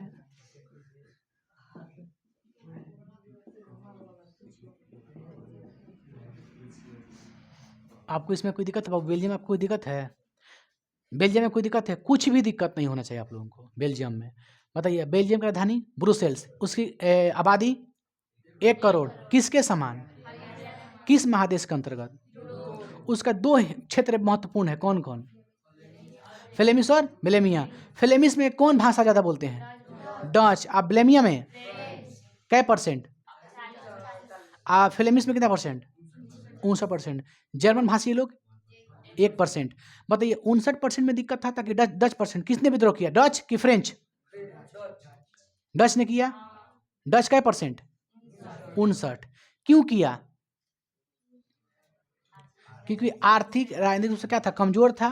मजबूत था कौन? अल्पसंख्यकवादी था, मजबूत था, इसलिए विद्रोह कर दिया। 40 से पहले विद्रोह किया था, लेकिन सरकार समझ गया कि ऐसे नहीं देश चलने वाली है, हमको क्या देना पड़ेगा? सत्ता में साझेदारी देना पड़ेगा। उसने क्या कर दिया? 70 से 93 के बीच कम से कम कई बार संशोधन किया अपने संविधान में? 4 बार किया संशोधन। तब जाकर उसका सही का बन गया, संविधान बन गया। उसके बाद सभी को अधिकार समान दिया, मंत्री में, सरकार में, चाहे जो चीज़ में, सब में क्या दिया? समान दिया। और शासन का कर दिया, बांट दिया, पावर को बांट दिया। केंद्र में रहेगा कुछ सरकार, राज्य में रहेगा कुछ के स्थानीय में रहेगा, इस तरह से बांट दिया। आज भी सक्षम देश है वो, कोई दिक्कत नहीं है। समझ गए? बेल्जियम एक ऐसा देश है जो आज भी यूरोपीय संघ के मुख्यालय है। यूरोपीय संघ का मुख्यालय कहाँ है? बेल्जियम। यूरोपीय संघ के मुख्यालय नोट में कहीं लिख दे, यहाँ पे बाबू थोड़ा समझा दे, कहा है बोला, देखिए नोट,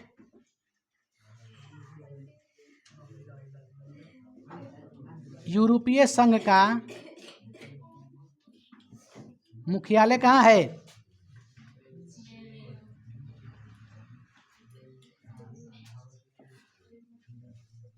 ना, याद रखिएगा, इसको नोट में कर दिए इसको। बाबू बेल्जियम खत्म होता है, खाली श्रीलंका के पढ़ देंगे ना तो पूरा चैप्टर का हो जाएगा खत्म, पूरा चैप्टर खत्म। बुझा आप लोग को? उतारे इसको, उतारे मेरे भाई, थोड़ा तेजी में काम कीजिए, आप लोग बहुत अच्छे हैं।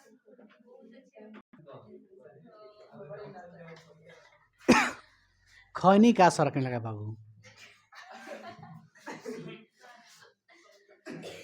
ध्यान दीजिए, श्रीलंका, कहाँ? श्रीलंका। श्रीलंका की राजधानी कहाँ है? कोलंबो। वेरी गुड, लड़का वेरी वेरी भी इंटेलिजेंट है। एक सेकेंड बाबू, मजाक मत कर, देख हम बोलने दे, कुछ पूछे तो बोलने दे हमको। श्रीलंका राजधानी कहाँ है? कोलंबो। मजाक करने से बढ़िया कि याद कर लो बोला तो ये काबिल कोई बोलेगा आपको, ये ना कि मजाक उड़ा दो उसका।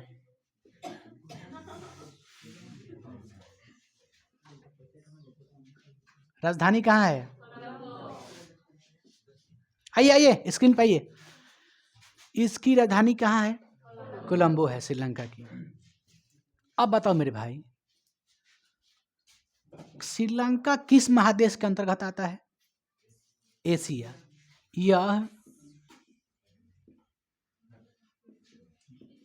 एशिया महादेश के अंतर्गत आता है। इसमें कहीं कोई दिक्कत? इसकी आबादी बताइए, आबादी कितनी है? लगभग 2 करोड़। आजादी कब हुई थी इसकी? आजाद कब हुआ था श्रीलंका? एग्जाम में पूछेगा आपसे कि श्रीलंका कब आजाद हुआ था? हमने से 1 साल बाद, यानी कब? 1948। हमने से 1 साल बाद किसका हुआ था? श्रीलंका आजाद हो गया था। बात समझ गए आप लोग? इसमें कोई दिक्कत? राजधानी कोलंबो। यह एशिया में आता है। देखिए, यह एशिया का एक देश है। एशिया महादेश का क्या है? एक देश है। बट ये देश कैसा द्वीप है? यह एक द्वीपीय देश है। तो देखिएगा पानी में है, नहीं है? यह कैसा देश है? द्वीपीय देश है। यह एशिया महादेश के अंतर्गत आता है। और यह क्या है? यह पर कहते हैं यह द्वीपीय देश है। यह क्या है? द्वीपीय देश है। अब देखते हैं कि जातीय बनावट, कहते हैं जातीय बनावट कैसे उसमें देखे थे हम लोग। इसमें देखेंगे वो चीज जातीय बनावट। समझो मेरे भाई बढ़िया से, ध्यान देते रहो, शांत रहो।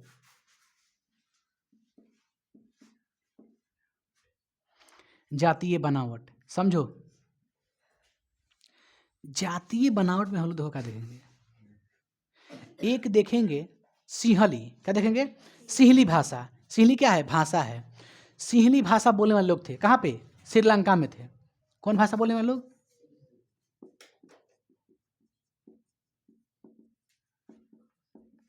जो सिंहली भाषा बोलने वाले लोग थे वो किस जाति से संबंधित थे? किस धर्म से थे? बौद्ध धर्म। किस धर्म से थे? बौद्ध धर्म। इसका धर्म क्या था?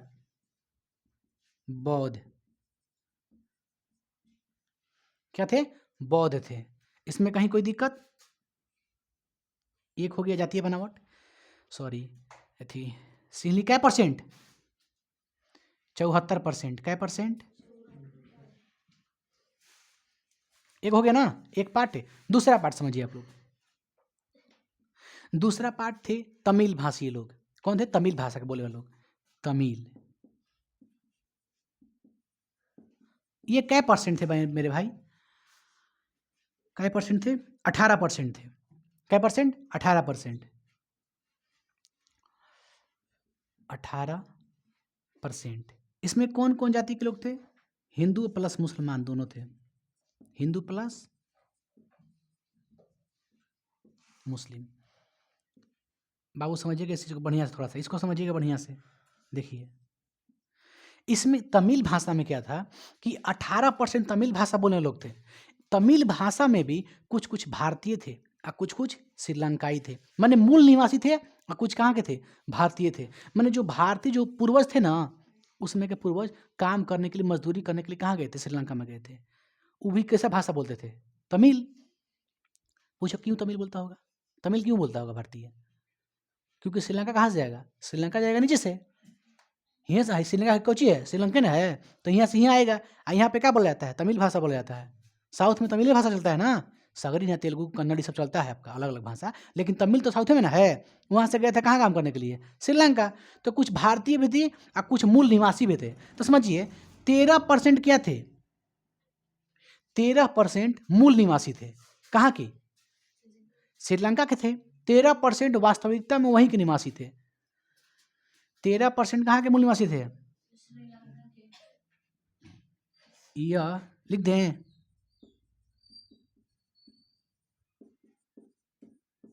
13% क्या थे मेरे भाई? मूल निवासी थे। और 5% क्या थे? भारतीय थे। 5% भारतीय थे जो काम करने के लिए, मजदूरी करने के लिए कहाँ गए थे? श्रीलंका में गए थे। 5% क्या थे मेरे भाई? भारतीय, जो कहाँ गए थे? जो काम के सिलसिले में गए थे, काम करने के लिए। इसमें कहीं कोई दिक्कत, जाति में कोई दिक्कत नहीं ना है? कहीं कोई दिक्कत है? आगे बढ़े हम लोग। अब बताइए, इसमें ज्यादा जनसंख्या किसका है? ज्यादा पॉपुलेशन सिहली भाषा वाला का है। सिहली भाषा का परसेंट, ई भाषा का परसेंट? 18%। अब कितना परसेंट बचा? जोड़ दो, दोनों को जोड़ दो, कितना परसेंट बचा? 74, 18 कितना होता है? 8 4 12, 7 1 8, 1 9, 9 2 98, 92 हो गया। 8% बचा ना। 8% में 7% लोग ईसाई धर्म से थे। कौन धर्म से थे? ईसाई धर्म से। जो क्या बोलते हैं ईसाई लोग? अंग्रेजी। क्या बोलते हैं? अंग्रेजी। इसको बढ़ा दे थोड़ा सा।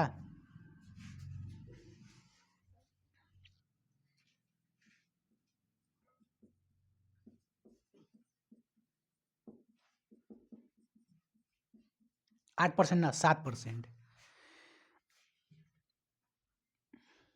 ये कौन थे? ये कौन थे?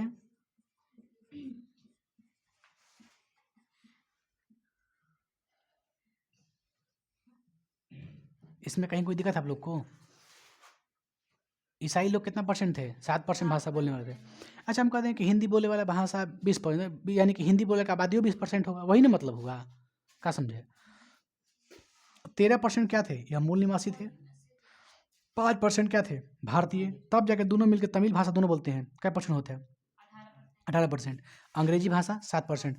और ही 1% अन्य जो लोग थे ना, और अलग अलग भाषा था 1% का, उसको मत देखिए आप लोग, उसको इग्नोर कर दीजिए। तो यहाँ तक कोई दिक्कत आप लोगों को? आगे बढ़े हम लोग। अब बताइए कि कारण क्या हुआ वहाँ पे। अब कारण देखते हैं कि कारण क्या था। अब बताइए, यहाँ पे इसने क्या किया? जहाँ बेल्जियम सत्ता की साझेदारी को अपनाया था, इसने बहुसंख्यकवाद को अपनाया। समझ गए? कारण। अब क्या लिखेंगे यहाँ पे? यहाँ पे लिखेंगे हम लोग कारण। क्या लिखेंगे? कारण। समझिए,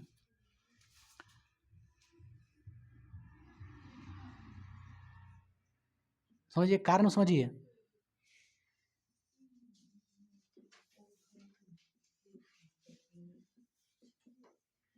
द्वारा उठाए गए कदम। हमने क्या लिखा? बहुसंख्यकवाद द्वारा उठाए गए कदम। अब बताइए, इसमें बहुसंख्यकवाद कौन है? सेली है, यानी इन्हीं के द्वारा उठाया गया कदम है। 1948 के बाद में उठाया गया कदम है। ये 1956 में एक कानून ये लोग बनाता है। एक कानून बनाता है। कब बनाता है? ये पहला, ये तो हो गया, ये नंबर, ये यहाँ पे फर्स्ट। 1956 में, 1956 में कानून बनाता है। कौन बनाता है कानून? बहुसंख्यकवादी बनाता है, यानी सिहली। समझ गए? सिहली का मतलब कानून बनता है कब? 1956 में बनाता है। इसके तहत, इस कानून के तहत सिहली भाषा को राजभाषा बना दिया गया। सिहली भाषा को राजभाषा बना गया। बौद्ध धर्म को राजधर्म बना दिया गया। नौकरी में किसको मिलती थी प्राथमिकता? सिहली भाषी लोग को। ठीक है? कोई भी काम में सिहली भाषी लोग को प्राथमिकता अधिक मिलती थी। समझ गए? हर चीज में। तो पहले हमने क्या बताया? सिहली भाषा को क्या बना दिया?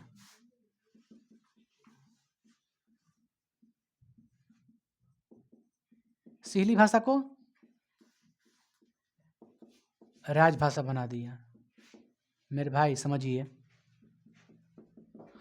किस धर्म से थे? बौद्ध धर्म से थे। यानी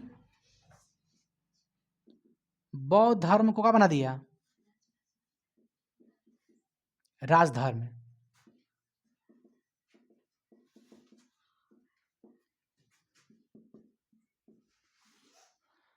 सिहली को नौकरियों में क्या मिलती थी? प्राथमिकता। क्या? प्राथमिकता, प्राथमिकता थी। इसमें कोई दिक्कत?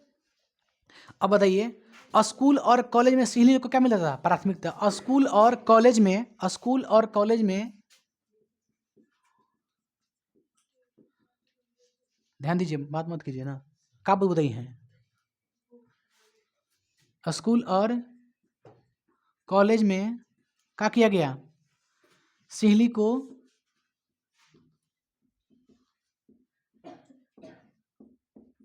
प्राथमिकता दी गई।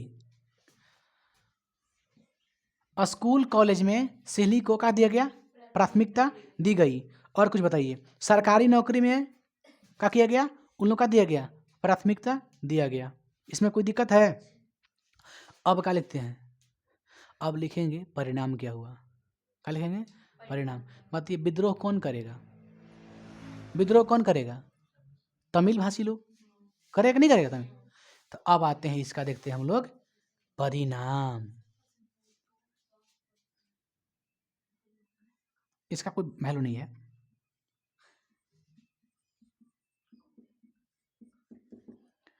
क्या किया बाबू? तो तमिल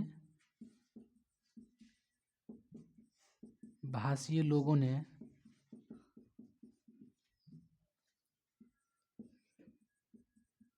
विरोध किया।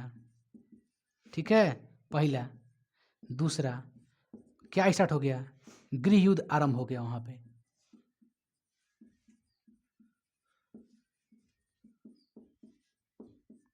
इसमें कहीं कोई दिक्कत बाबू रे? तो आप इसको बाकायदा उतारिए, साफ साफ क्लियर क्लियर। हम इसको मिटा करके पुनः लिख के ख़त्म कर देते हैं। थोड़ा सा रह गया, जगह नहीं है, स्पेस नहीं है मेरे भाई। बाबू बंद कर बाबू, काहे पागल है क्या? इसको उतारो, स्पीड। बाबू यहाँ तक कोई दिक्कत है आप लोग को? परिणाम क्या हुआ? तमिल भाषी लोगों ने विरोध करना शुरू कर दिया, गृह युद्ध आरंभ हो गया, और तमिल भाषा का बहुत सारा मांग था। अच्छा, मांग क्या होगा बताइए आप लोग अपने लिए थिंकिंग लगाइए, क्या मांग होगा?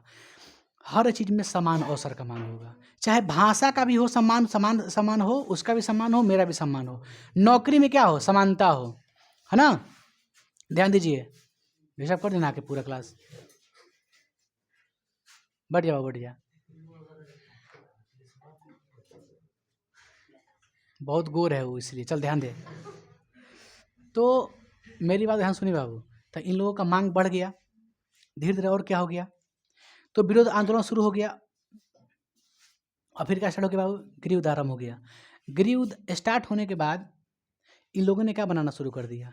उग्र संगठन बनाना शुरू कर दिया। कौन? तीसरा,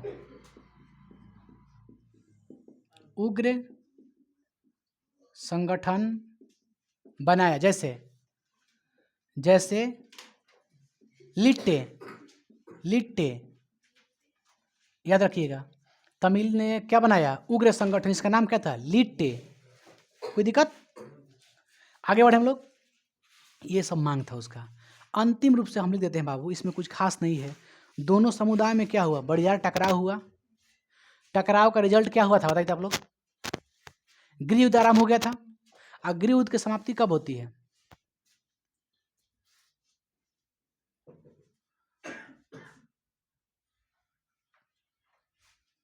इसमें कोई दिक्कत नहीं है, आप कुछ लिख दें बाबू।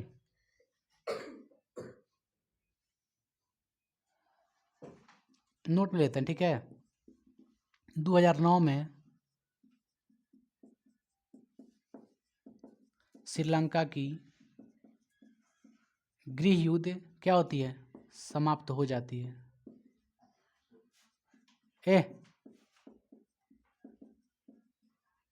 हो गया ना? हम लोग के अनुच्छेद 19 क्या कहता है बता दो आप लोग? अनुच्छेद 19 क्या कहता है? देश के सभी नागरिकों की स्वतंत्रता का मूल अधिकार दिया गया।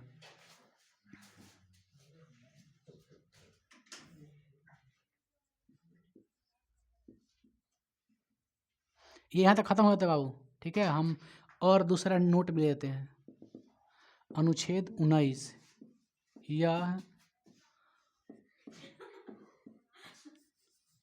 ए बाबू अनेरिया ना, यह प्रत्येक नागरिकों को स्वतंत्रता का मूल अधिकार देता है। इसमें कहीं कोई दिक्कत? आर्टिकल 19 क्या देता है? मूल अधिकार, सबको आज़ादी है, स्वतंत्र है। आप प्रत्येक नागरिक क्या है? स्वतंत्र है। आपको अभिव्यक्ति की आज़ादी है, आपको बोलने की आज़ादी है, आप इंडिपेंडेंस है, स्वतंत्र है, फ्रीडम है, मुक्त हैं आप।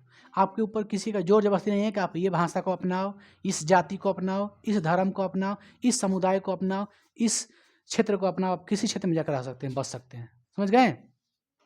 आगे बढ़े हम लोग। यहाँ तक कोई दिक्कत आप लोग को? अब आगे बढ़ते हैं बाबू। लास्ट एंड फास्ट, यही खत्म हो जाता है। शासन का बंटवारा पूछेगा, और इसलिए बता दे रहे हैं। एक होता है बंटवारा क्षैतिज,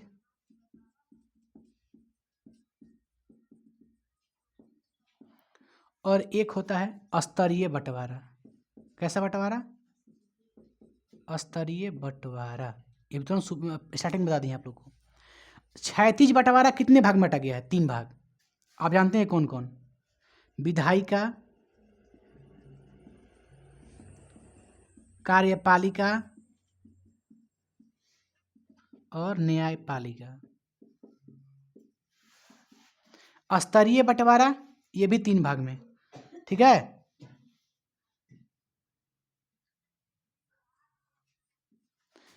केंद्र सरकार,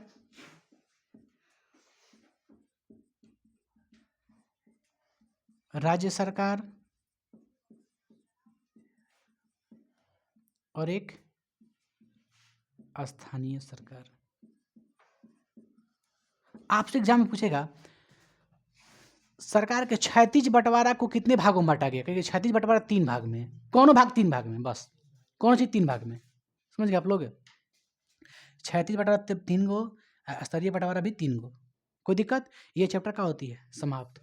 चैप्टर का होती है समाप्त। एक आप लोग घर के लिए होमवर्क देते हैं, सब्जेक्टिव क्वेश्चन दे दें बाबू। इसको मिटा देगा, मिटा देगा? चलिए, और ऊपर का ऊपर वाला हरी वाला मिटा दें? चलिए,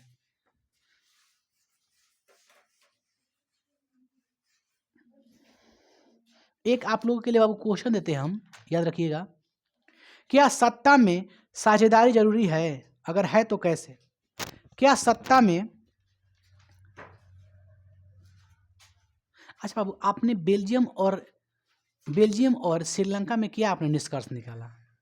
आपसे कोई पूछेगा बाबू बेल्जियम और श्रीलंका में आपने क्या निष्कर्ष, क्या कंक्लूजन क्या निकला?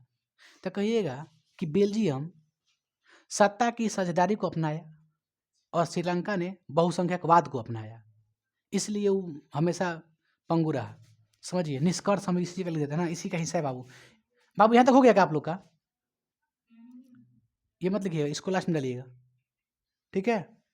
थोड़ा सा इसका लिख देते हैं, इसका भाग थोड़ा सा इसी का भाग है। निष्कर्ष लिख के लिख दीजिएगा। निष्कर्ष में क्या लिखिएगा? पहला बेल्जियम,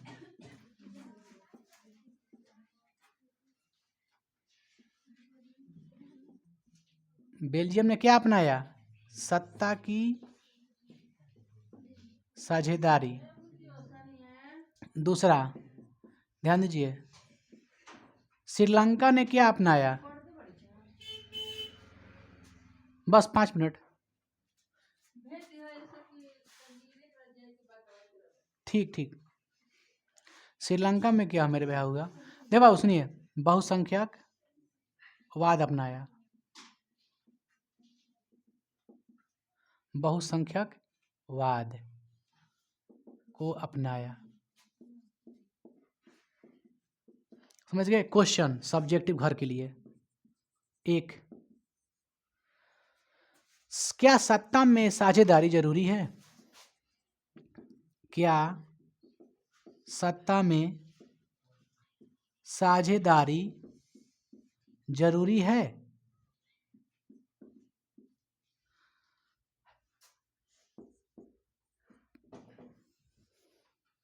क्या सत्ता में साझेदारी जरूरी है? तो कैसे लिख दें? तो आखिर कैसे, छोड़िए ना, आखिर कैसे, ये प्रश्न है आप लोग का है। ये घर से बना के लाना है, VBI क्वेश्चन है एग्जाम के लिए, मोस्ट इंपॉर्टेंट क्वेश्चन। एक बस दे रहे हैं क्वेश्चन आप लोग का। ये जो चैप्टर 1 है पूरा क्या कर दिया हमने, इंड कर दिया, समाप्त। क्या हो गया? समाप्त, पूरा खत्म चैप्टर 1। चलिए फिर मिलते हैं बाबू।